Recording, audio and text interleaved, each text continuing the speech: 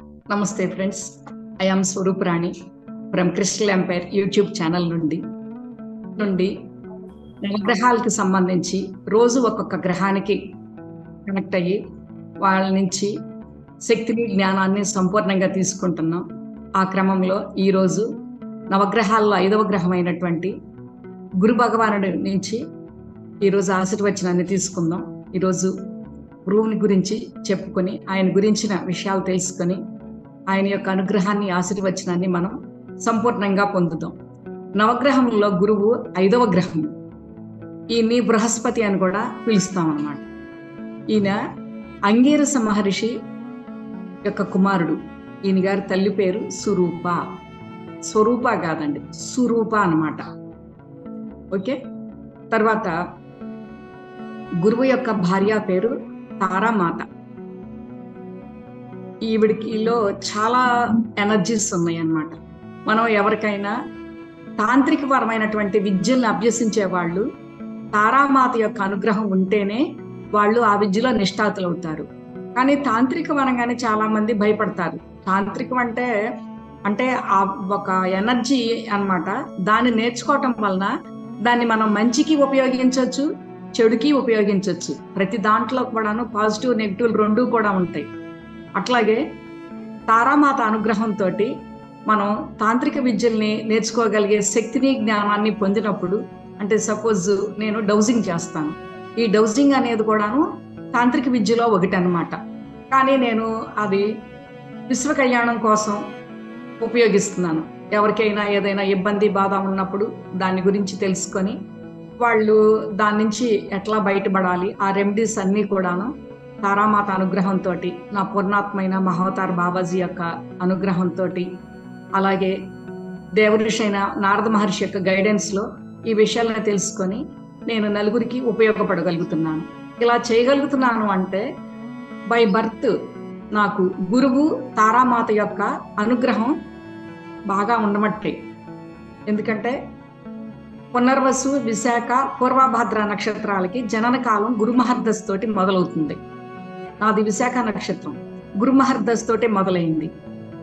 ఎక్కువగా ఈ గురుమహర్దశ తోటి ఎవరైతే జన్మ తీసుకుంటారో వాళ్ళు మంచి ఆధ్యాత్మికవేత్తలు కానీ, జ్ఞానవంతులు అయ్యి సమాజానికి ఉపయోగపడే వాళ్ళు గాను, ఎక్కువగా బోధకులు గాను, గురువులు గాను ఉంటారన్నమాట.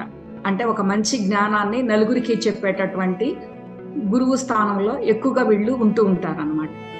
అయితే ఈయన తారామాత చెప్పుకున్నాం కదా. తారామాత దక్ష ప్రజాపతి యొక్క కుమార్తె. ఈయన యొక్క కుమారుడు, గురువు తారామాతల యొక్క కుమారుడు పేరు కచుడు.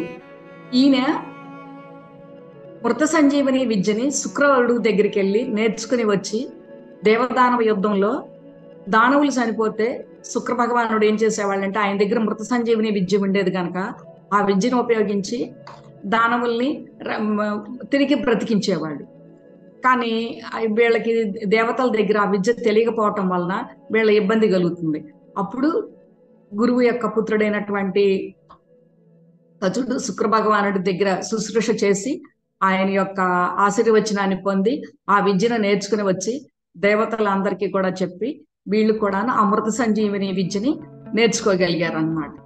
అట్లాగే ఈయన బ్రాహ్మణకి సంబంధించిన గ్రహం. మనం అనుకున్నాం, మనం సూర్యుడు, కుజుడు వీళ్ళు క్షత్రియకి సంబంధించినని. అలాగే గురువు ఏంటంటే బ్రాహ్మణులకి సంబంధించిన గ్రహం.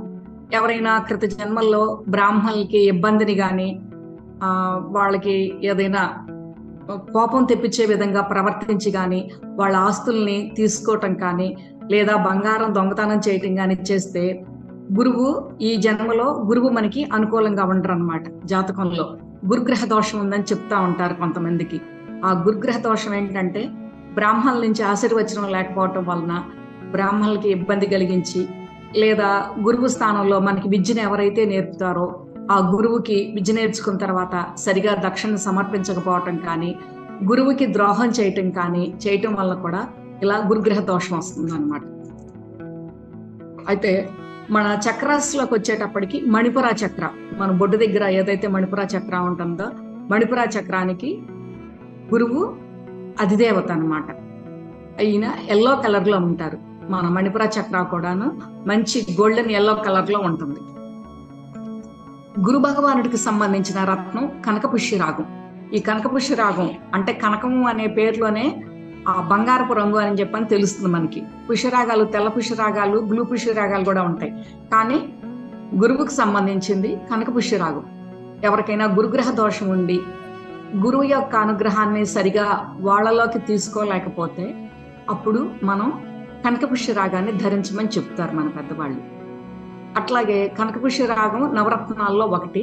అలాగే ఉపరత్నాలు కూడా ఉంటాయి గురువుకు సంబంధించినవి. అవి సిట్రిన్ ఒకటి, తర్వాత ఎల్లో క్యాల్సైట్, ఎల్లో ఎవెంచిన్ అని కూడాను గురువుకు సంబంధించినటువంటి ఎనర్జీని. ఒక్కొక్కసారి గురువు యొక్క అనుగ్రహం మనకి న్యూట్రల్ చెప్తారు, అంటే పూర్తిగా లేనట్టు కాదు, పూర్తిగా ఉన్నట్టు కాదు.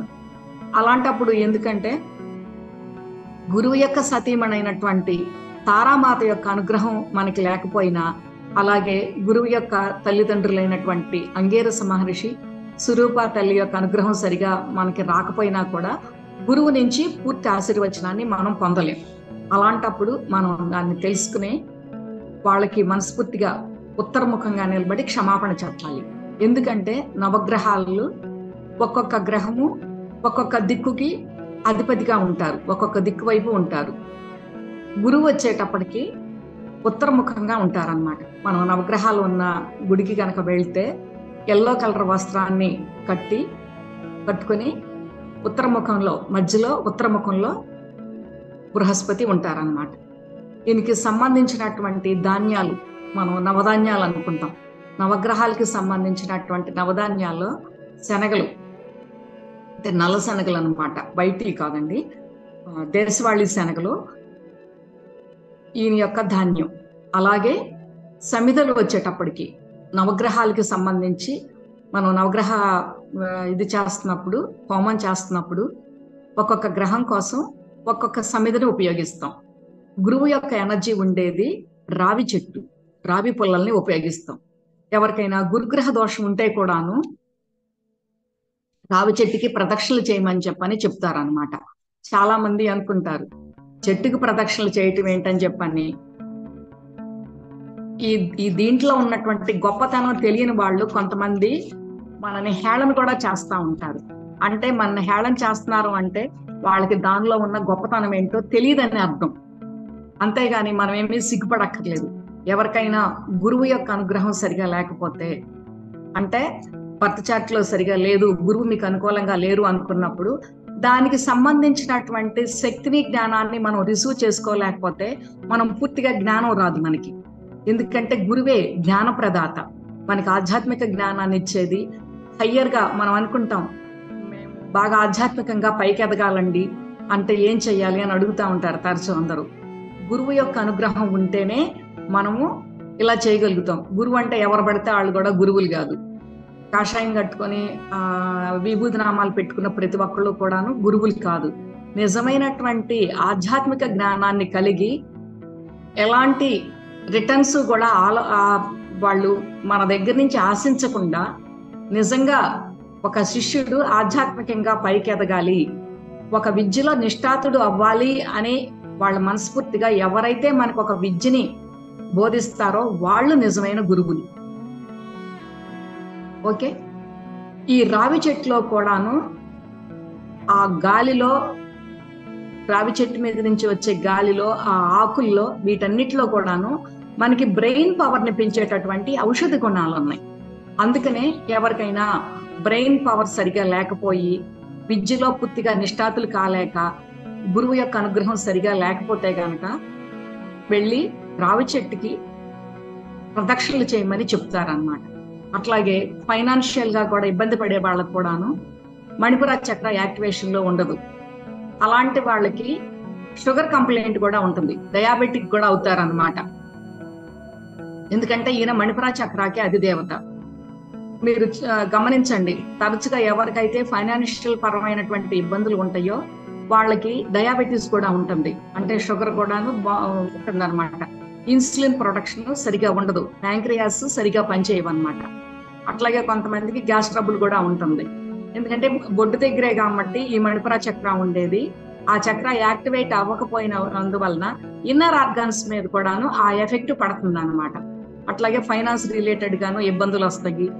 అలాగే మనకి మంచి కుటుంబ జీవితాన్ని ఇచ్చేది కూడాను గురువే. మిగిలిన 8 గ్రహాలు ఎలా ఉన్నా గురువు గనక మనకి బాగా ఉంటే గనక, ఆయన అనుగ్రహం సంపూర్ణంగా ఉంటే మన లైఫ్ కి ఎలాంటి ఇబ్బంది లేకుండా మనకి గడిచిపోతుంది. సంఘంలో పేరు ప్రతిష్టల్ని మనకి కలగజేసేది కూడా గురువే. కొంతమంది మరణానంతరం కూడాను వాళ్ళ యొక్క పేరు ప్రతిష్టలు అలా మిగిలిపోతాయి.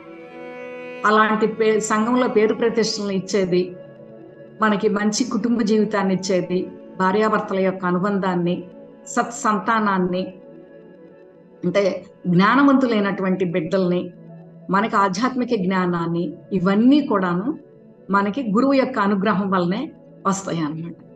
అట్లాగే ఈయన 12 రాసుల్లో ధనస్సు రాశికి మీనరాశికి కూడా అధిదేవత బృహస్పతి.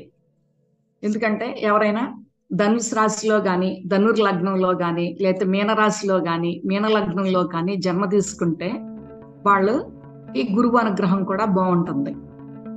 మనం గమనిస్తే కొన్ని రాసుల్లోనూ లేదా కొన్ని నక్షత్రాలను బట్టి, కొన్ని లగ్నాలను బట్టి కూడాను వాళ్ళ లక్షణాలు మన పెద్దవాళ్ళు చెప్తారన్నమాట.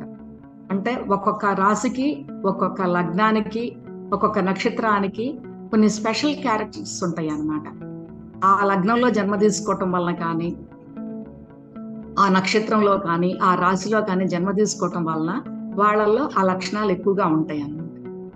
అందుకని చెప్పని ఎక్కువగా ధనుర్ లగ్నంలో జన్మ తీసుకున్న వాళ్ళు కానీ, లేదా పునర్వసు, విశాఖ, తర్వాత పూర్వభాద్ర నక్షత్రాల్లో జన్మ తీసుకున్న వాళ్ళు కానీ ఎక్కువగా గురుస్థానాల్లో ఉంటారన్నమాట. ఏదైనా ఉపదేశాలు చెప్పటం కానీ, మంత్రాలు చెప్పటం కానీ, లేదా పీఠాధిపతులుగా కానీ ఇట్లా కూడా ఉండే వాళ్ళలో ఎక్కువగా వాళ్ళు ఉంటారన్నమాట.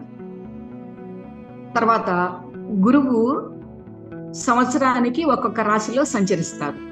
మేషం నుంచి మీనం వరకు మనకి 12 రాశులు ఉన్నాయి. గురువు ఒక సంవత్సరం పాటు మేష రాశిలో, తర్వాత ఒక సంవత్సరం పాటు వృషభ రాశిలో, అలా 12 సంవత్సరాల పాటు 12 రాశుల్లో సంచరిస్తారు. అంటే ప్రతి గ్రహము అన్ని రోజులు ఉండరు అనమాట. సూర్యుడు వచ్చేటప్పటికి 30 రోజులు ఉంటారు, చంద్రుడు వచ్చేటప్పటికి 2.5 రోజులు ఉంటారు. కానీ బృహస్పతి ఒక్కొక్క రాశిలో ఒక్కొక్క సంవత్సరం ఉంటారు. ఈయన ఏ రాశిలో కనుక ప్రవేశిస్తే ఆ రాశికి సంబంధించిన ఆ నదికి పుష్కరాలని చెప్తాం. అంటే 12 రాశుల్ని గురువు ఒకసారి తిరిగి వచ్చేటప్పటికి ఒక పుష్కర కాలం పడుతుంది. పుష్కరము అంటే 12 సంవత్సరాలు అన్నమాట. మొన్న మేషరాశిలోకి గురువు ప్రవేశించారు కనుక గంగా నదికి పుష్కరాలు వచ్చినాయి. ఇప్పుడు నెక్స్ట్ గురువు వృషభ రాశిలోకి ప్రవేశిస్తారు కాబట్టి నర్మదా నదికి పుష్కరాలు వస్తాయి అన్నమాట. అట్లా ఒక్కొక్క రాశిలో ఉన్నప్పుడు మనకి భారతదేశంలో 12 నదులు ఉన్నాయి. ఈ 12 నదులు కూడాను 12 రాశులకి అనుసంధానంగా ఉండి గురువు ఏ రాశిలో ఉన్నప్పుడు దానికి సంబంధించినటువంటి నదికి పుష్కరం చేస్తారు. పుష్కరం అనేది కూడా 12 రోజులు ఉంటుంది అన్నమాట. ఓకే. తర్వాత ఈయన యొక్క వాహనము ఏనుగు. అంటే నవగ్రహాల్లో ఒక్కొక్కళ్ళకి ఒక్కొక్క వాహనం ఉంటుంది కదా, ఈయన వాహనం ఏనుగు అన్నమాట. అలాగే మనము గురుగ్రహం యొక్క అనుగ్రహాన్ని సంపూర్ణంగా పొందటం కోసం కనకపుష్య రాగాన్ని కానీ, లేకపోతే సిట్రిన్ కానీ, అంటే ఎవరికి ఏది పనిచేస్తుందో చెక్ చేసుకొని అందరూ కూడా కనకపుష్య రాగమే ధరించవలసిన అవసరం ఉండదు. కొంతమందికి సిట్రిన్ ధరించినా కూడా సరిపోతుంది. దాన్ని సిట్రిన్ కానీ కనకపుష్య రాగాన్ని కానీ ఆడవాళ్ళు అయితే గనక ఎడమ చేతి చూపుడు వేలికి, మగవాళ్ళు అయితే గనక కుడి చేతి చూపుడు వేలికి దాన్ని ధరించాలి. మనం ఎప్పుడూ కూడాను ఏదో ఫ్యాషన్ కోసమో తెలుసో తెలియకో రకరకాల ఉంగరాలని కొంతమంది చూపుడు వేలికి పెడతా ఉంటారు, వేరే వాటిల్ని కూడాను. ఈ మధ్య చాలా మంది టార్టాయిజ్ ఉన్నటువంటి వెండి ఉంగరాన్ని చూపుడు వేలికి పెడుతున్నారు. అది ఎంత మాత్రం ప్రిఫరబుల్ కాదు. అనవసరంగా గురువు యొక్క ఎనర్జీని మనం బ్లాక్ చేసుకున్న వాళ్ళం అవుతాం.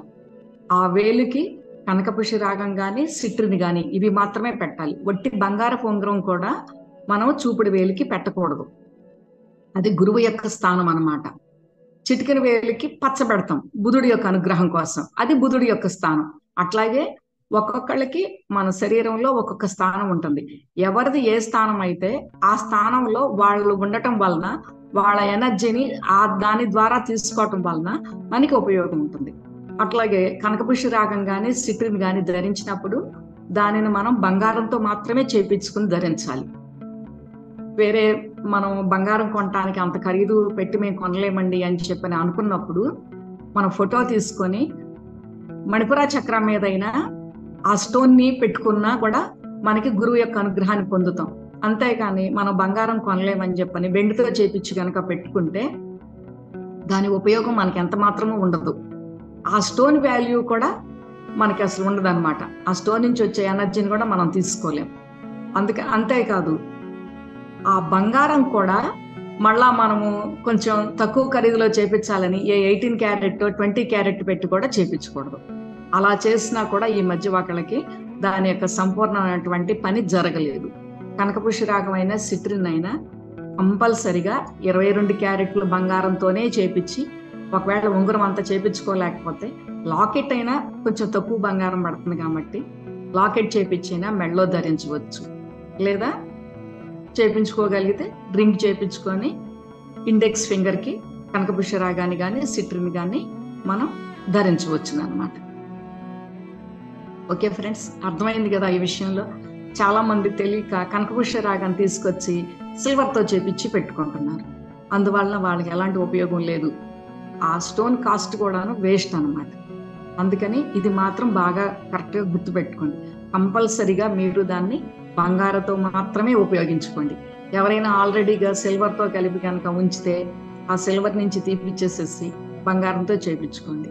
లేదా ఇప్పుడు మేము బంగారంతో చేపించలేమంటే నేను చెప్పాను కదా, ఒక మీ ఫోటో తీసుకొని ఆ ఫోటో మీద మణిపుర చక్రం మీద వట్టి స్టోన్ పెట్టినా కూడా దాని ఎనర్జీని మీరు తీసుకోగలుగుతారు. ఓకే, మనం ఈరోజు చక్కగా గురువు యొక్క అనుగ్రహాన్ని సంపూర్ణంగా పొందటం కోసం గురువు ఆయన భార్య అయినటువంటి తారామాతల యొక్క అనుగ్రహాన్ని ఆశీర్వచనాన్ని సంపూర్ణంగా తీసుకొని మంచి ఫైనాన్షియల్ స్టేటస్ని, చక్కగా సమాజంలో మరణానంతరం కూడా మంచి గౌరవ ప్రతిష్టల్ని, మంచి హ్యాపీ లైఫ్ని, చక్కగా భార్యాభర్తల యొక్క అనుబంధాన్ని, మంచి జ్ఞానవంతులైనటువంటి బిడ్డల్ని, వీటన్నిటినీ కూడాను చక్కగా పొందటం కోసం, ఒకవేళ మనకి బర్త్ చార్ట్లో గురువు యొక్క అనుగ్రహం సంపూర్ణంగా రాకపోయినప్పటికీ కూడా ఇప్పుడు కూర్చొని ఇప్పుడు మనం గురువు గురించి పూర్తిగా తెలుసుకున్నాం కాబట్టి ఆయన యొక్క అనుగ్రహాన్ని ఆశీర్వచనాన్ని కూడాను మనం సంపూర్ణంగా మన క్రౌన్ చక్ర పైన ఉన్నటువంటి 15వ చక్ర లెవెల్ నుంచి కూడాను ఈ ఎనర్జీని మనలోకి తీసుకుందాం. తర్వాత 15వ చక్ర అంటే 15వ చక్ర మీద దృష్టి పెట్టండి తలపైన. అక్కడి నుంచి 14, 13, 12 ఇట్లా ఒక్కొక్క చక్ర లెవెల్ నుంచి కిందకి తీసుకొని మన క్రౌన్ చక్రాలోకి, ఆ తర్వాత ఫోర్ హెడ్ దగ్గర ఉన్నటువంటి గురు చక్ర సోమ చక్రాలోకి, ఆ తర్వాత ఆజ్ఞా చక్రాలోకి, థ్రోట్ చక్రాలోకి, తర్వాత బ్యాక్ హార్ట్ చక్ర నుంచి ఫ్రంట్ హార్ట్ చక్రాలోకి, మనకి బాడీ పార్ట్స్ లోకి వచ్చేటప్పటికి గురువు హార్ట్ కి సంబంధించి ఆయన యొక్క ప్రభావం ఉంటుంది అనమాట. అందుకని ఎవరికైనా హార్ట్ కి సంబంధించిన ఇబ్బందులు ఉన్నా కూడా బ్యాక్ హార్ట్ నుంచే ఫ్రంట్ హార్ట్ లోకి ఎనర్జీని తీసుకోండి. తర్వాత మణిపుర చక్ర, ఫాస్ఫరస్, అక్కడ అగ్నితత్వం అన్నమాట. అక్కడ మనకు వచ్చేది, అందుకనే మనని శనగలు తినమని చెప్తారు. గురువు యొక్క అనుగ్రహం సరిగ్గా లేకపోతే శనగలు నానబెట్టుకొని మనం తినాలి, అంతేగాని బ్రాహ్మణులకి దానం ఇవ్వటం కాదండి. రాత్రిపూట ఒక 12 శనగింజలు నానబెట్టుకొని ఉదయం మనం తినటం వలన మణిపుర చక్ర యాక్టివేట్ అవుతుంది. ఫాస్ఫరస్ మనలో బ్యాలెన్సింగ్ అవుతుంది అనమాట. మణిపుర చక్ర నుంచి స్వాదిష్టాన చక్రాలోకి, తర్వాత మూలాధార చక్రాలోకి, తర్వాత మన అరికాళ్ళల్లో ఉన్నటువంటి సోల్ చక్రాస్లోకి, మన అరచేతుల్లో చక్రాస్లోకి కూడా గురు భగవానుడి యొక్క అది తారా తల్లి యొక్క అనుగ్రహాన్ని ఆశీర్వచనాన్ని సంపూర్ణంగా తీసుకొని మనం మంచి జ్ఞానవంతులను, శక్తివంతులుగాను, చాలా హ్యాపీ లైఫ్ని పొందటానికి కావాల్సినటువంటి శక్తిని, జ్ఞానాన్ని సంపూర్ణంగా ఈ క్షణాన్ని మనం పొందుతాం. ఓకే ఫ్రెండ్స్, ఈలోపు ఒక 5 times మనం ఓంకారం చెప్పుకుందాం. ఒకసారి నవగ్రహ మంత్రాన్ని కూడా చెప్పుకుందాం. ఆదిత్యాయ చ సోమాయ మంగళాయ బుధాయ చ గురు శుక్ర శనిభ్యశ్చ రాహవే కేతవే నమః. ఓం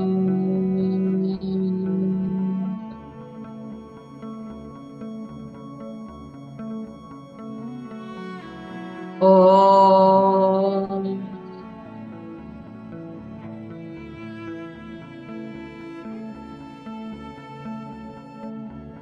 ఓం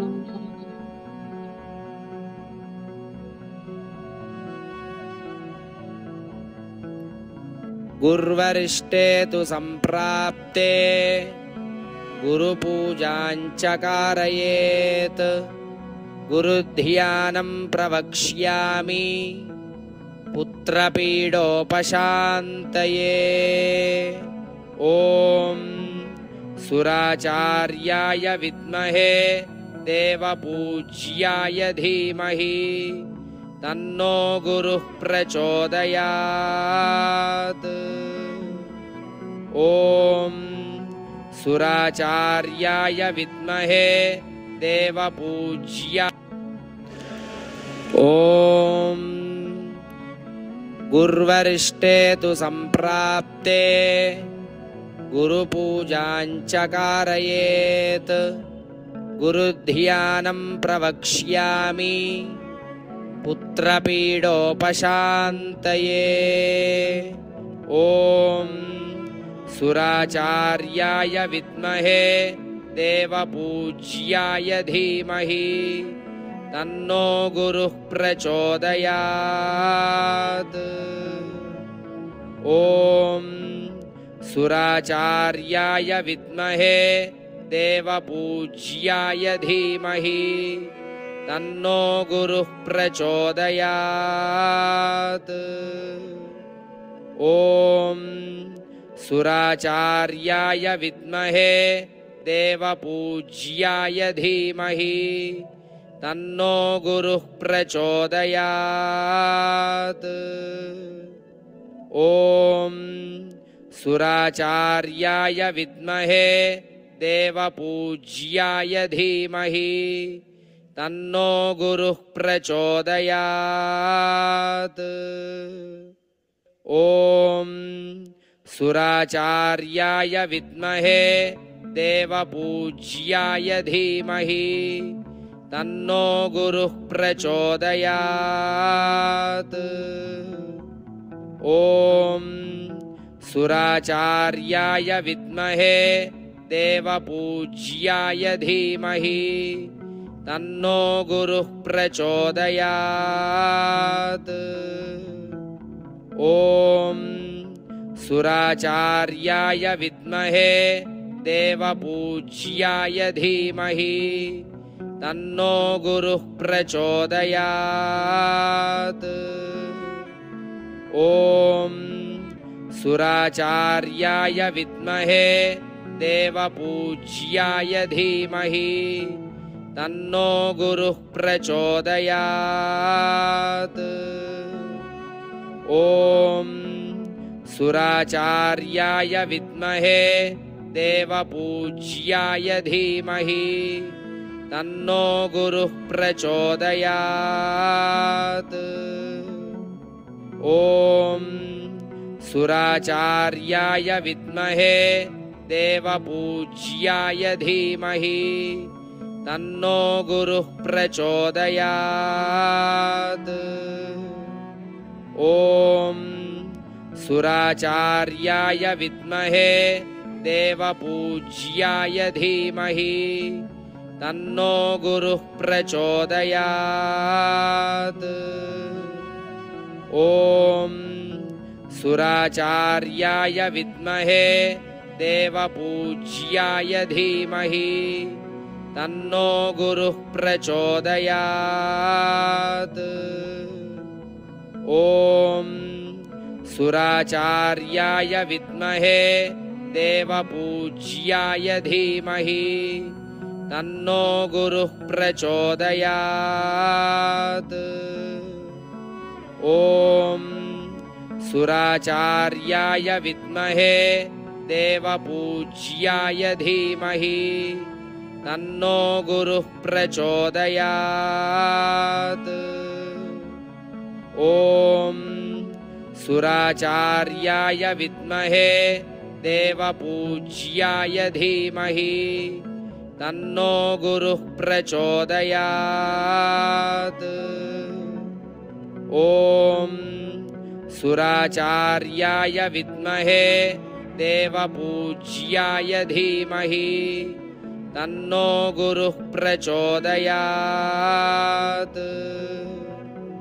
ॐ सुराचार्याय विद्महे देवपूज्याय धीमहि तन्नो गुरुः प्रचोदयात्। ॐ सुराचार्याय विद्महे देवपूज्याय धीमहि तन्नो गुरुः प्रचोदयात्। ॐ सुराचार्याय विद्महे देवपूज्याय धीमहि तन्नो गुरुः प्रचोदयात्। ॐ सुराचार्याय विद्महे देवपूज्याय धीमहि तन्नो गुरुः प्रचोदयात्। ॐ सुराचार्याय विद्महे देवपूज्याय धीमहि तन्नो गुरुः प्रचोदयात्। ॐ सुराचार्याय विद्महे देवपूज्याय धीमहि तन्नो गुरुः प्रचोदयात्। ॐ सुराचार्याय विद्महे देवपूज्याय धीमहि तन्नो गुरुः प्रचोदयात्। ॐ सुराचार्याय विद्महे देवपूज्याय धीमहि तन्नो गुरुः प्रचोदयात्। ॐ सुराचार्याय विद्महे देवपूज्याय धीमहि तन्नो गुरुः प्रचोदयात्। ॐ सुराचार्याय विद्महे देवपूज्याय धीमहि तन्नो गुरुः प्रचोदयात्। ॐ सुराचार्याय विद्महे देवपूज्याय धीमहि तन्नो गुरुः प्रचोदयात्। ॐ सुराचार्याय विद्महे देवपूज्याय धीमहि तन्नो गुरुः प्रचोदयात्। ॐ सुराचार्याय विद्महे देवपूज्याय धीमहि तन्नो गुरुः प्रचोदयात्। ॐ सुराचार्याय विद्महे देवपूज्याय धीमहि तन्नो गुरुः प्रचोदयात्। ॐ सुराचार्याय विद्महे देवपूज्याय धीमहि तन्नो गुरुः प्रचोदयात्। ॐ सुराचार्याय विद्महे देवपूज्याय धीमहि तन्नो गुरुः प्रचोदयात्। ॐ सुराचार्याय विद्महे देवपूज्याय धीमहि तन्नो गुरुः प्रचोदयात्। ॐ सुराचार्याय विद्महे देवपूज्याय धीमहि तन्नो गुरुः प्रचोदयात्। ॐ सुराचार्याय विद्महे देवपूज्याय धीमहि तन्नो गुरुः प्रचोदयात्। ॐ सुराचार्याय विद्महे देवपूज्याय धीमहि तन्नो गुरुः प्रचोदयात्। ॐ सुराचार्याय विद्महे देवपूज्याय धीमहि तन्नो गुरुः प्रचोदयात्। ॐ सुराचार्याय विद्महे देवपूज्याय धीमहि तन्नो गुरुः प्रचोदयात्। ॐ सुराचार्याय विद्महे देवपूज्याय धीमहि तन्नो गुरुः प्रचोदयात्। ॐ सुराचार्याय विद्महे देवपूज्याय धीमहि तन्नो गुरुः प्रचोदयात्। ॐ सुराचार्याय विद्महे देवपूज्याय धीमहि तन्नो गुरुः प्रचोदयात्। ॐ सुराचार्याय विद्महे देवपूज्याय धीमहि तन्नो गुरुः प्रचोदयात्। ॐ सुराचार्याय विद्महे देवपूज्याय धीमहि तन्नो गुरुः प्रचोदयात्। ॐ सुराचार्याय विद्महे देवपूज्याय धीमहि तन्नो गुरुः प्रचोदयात्। ॐ सुराचार्याय विद्महे देवपूज्याय धीमहि तन्नो गुरुः प्रचोदयात्।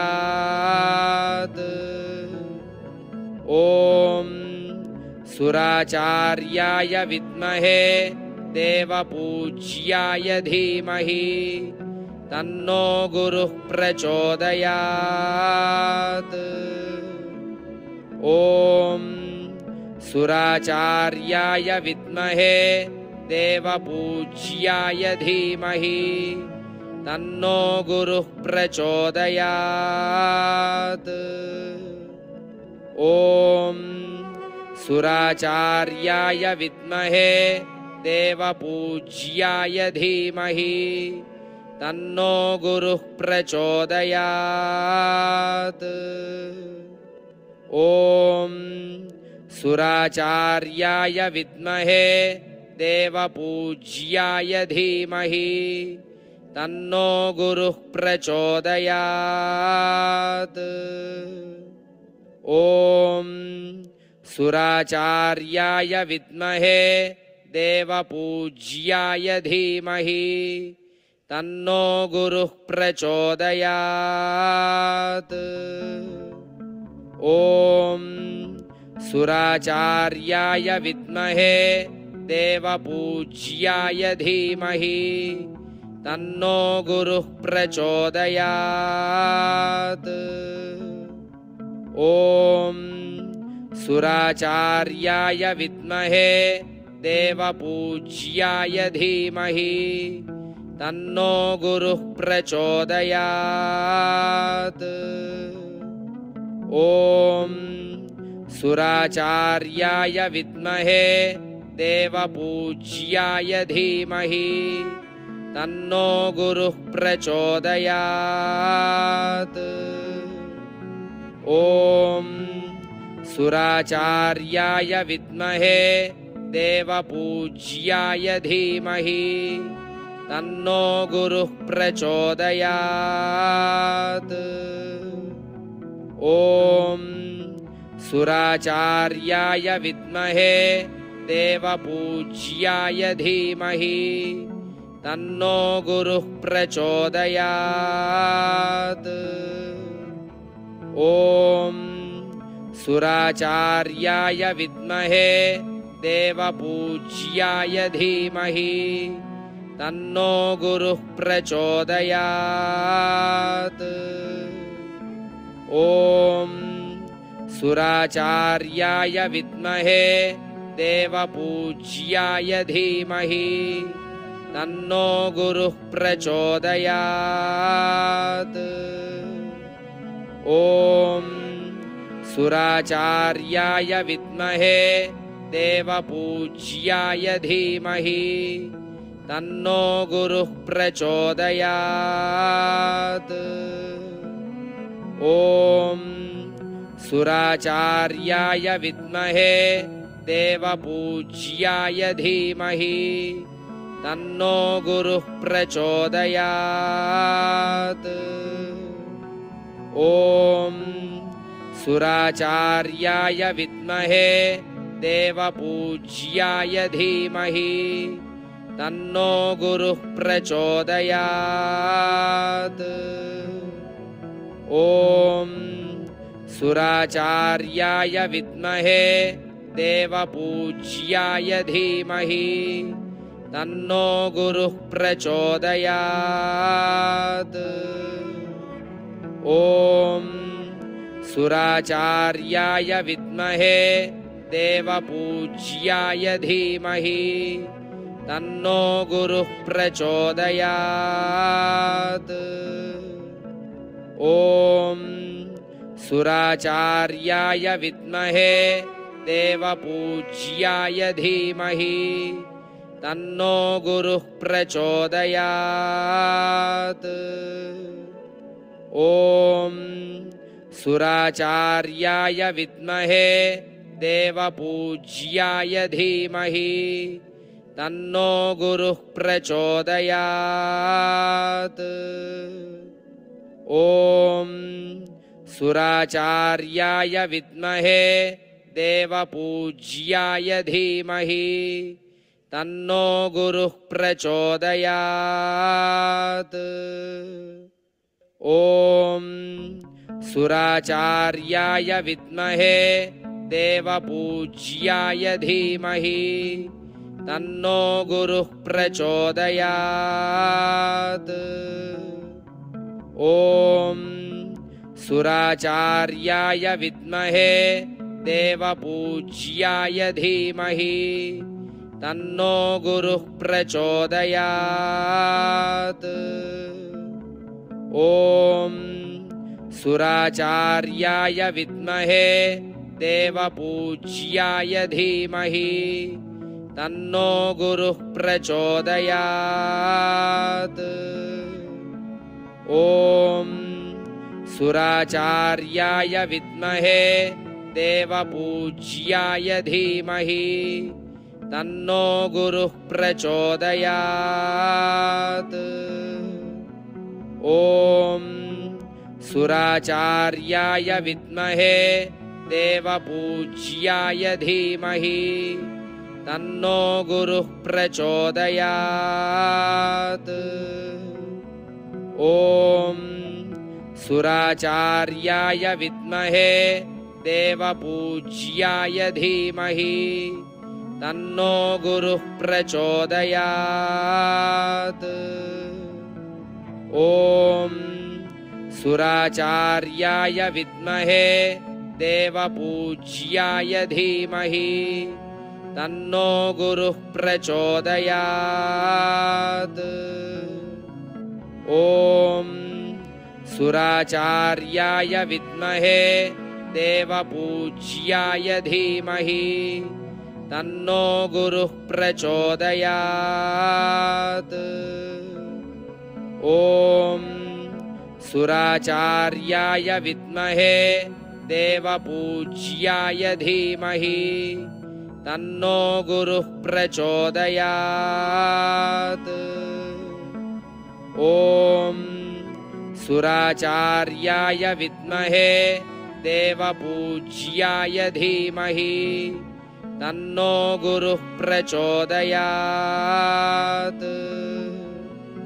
ॐ सुराचार्याय विद्महे देवपूज्याय धीमहि तन्नो गुरुः प्रचोदयात्।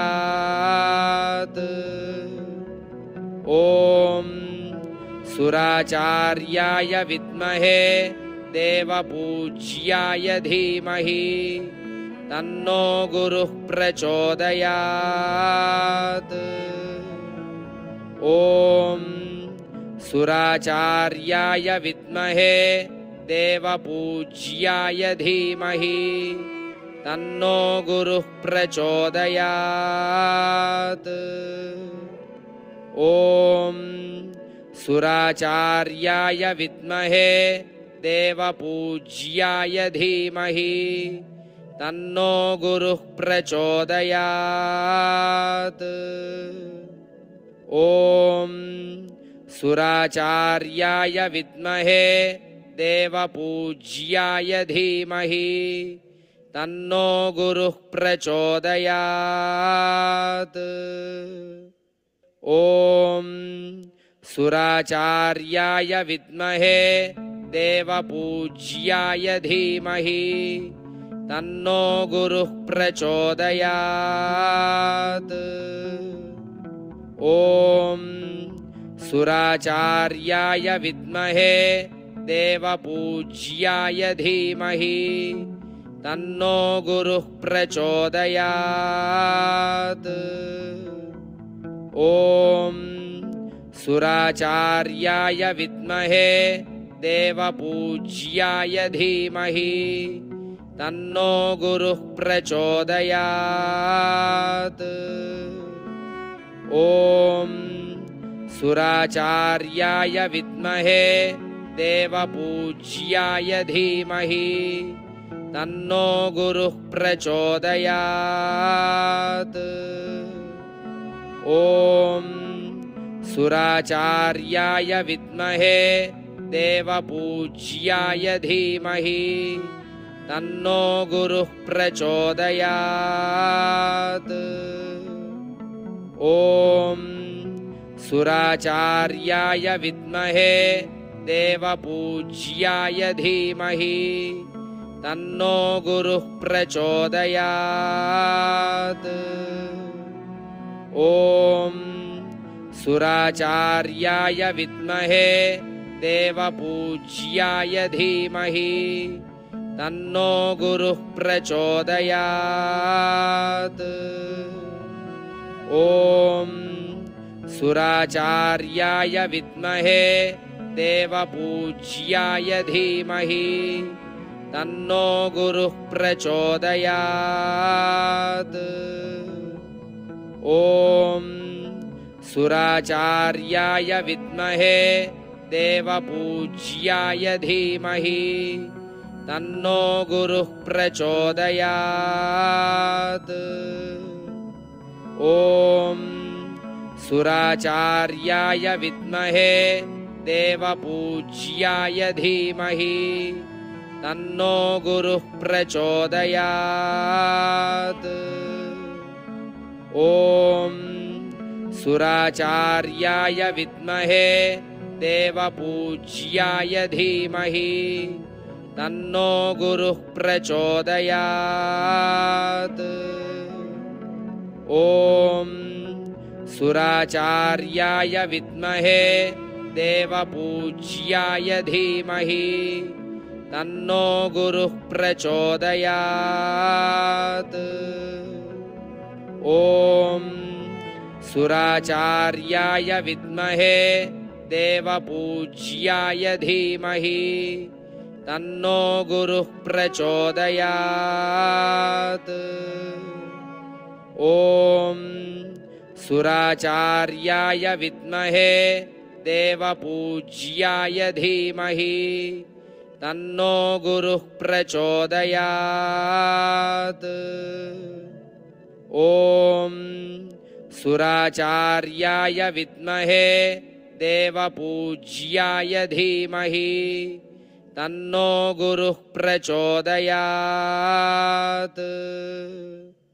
ॐ सुराचार्याय विद्महे देवपूज्याय धीमहि तन्नो गुरुः प्रचोदयात्। ॐ सुराचार्याय विद्महे देवपूज्याय धीमहि तन्नो गुरुः प्रचोदयात्। ॐ सुराचार्याय विद्महे देवपूज्याय धीमहि तन्नो गुरुः प्रचोदयात्। ॐ सुराचार्याय विद्महे देवपूज्याय धीमहि तन्नो गुरुः प्रचोदयात्। ॐ सुराचार्याय विद्महे देवपूज्याय धीमहि तन्नो गुरुः प्रचोदयात्। ॐ सुराचार्याय विद्महे देवपूज्याय धीमहि तन्नो गुरुः प्रचोदयात्। ॐ सुराचार्याय विद्महे देवपूज्याय धीमहि तन्नो गुरुः प्रचोदयात्। ॐ सुराचार्याय विद्महे देवपूज्याय धीमहि तन्नो गुरुः प्रचोदयात्। ॐ सुराचार्याय विद्महे देवपूज्याय धीमहि तन्नो गुरुः प्रचोदयात्। ॐ सुराचार्याय विद्महे देवपूज्याय धीमहि तन्नो गुरुः प्रचोदयात्। ॐ सुराचार्याय विद्महे देवपूज्याय धीमहि तन्नो गुरुः प्रचोदयात्। ॐ सुराचार्याय विद्महे देवपूज्याय धीमहि तन्नो गुरुः प्रचोदयात्। ॐ सुराचार्याय विद्महे देवपूज्याय धीमहि तन्नो गुरुः प्रचोदयात्।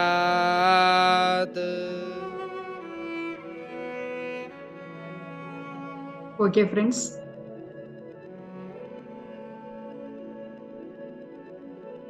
నెమ్మదిగా వేళ్ళు తీసి కళ్ళ మీద పెట్టుకోండి. 5 4 3 2 1 0. నెమ్మదిగా కళ్ళు తెరవండి.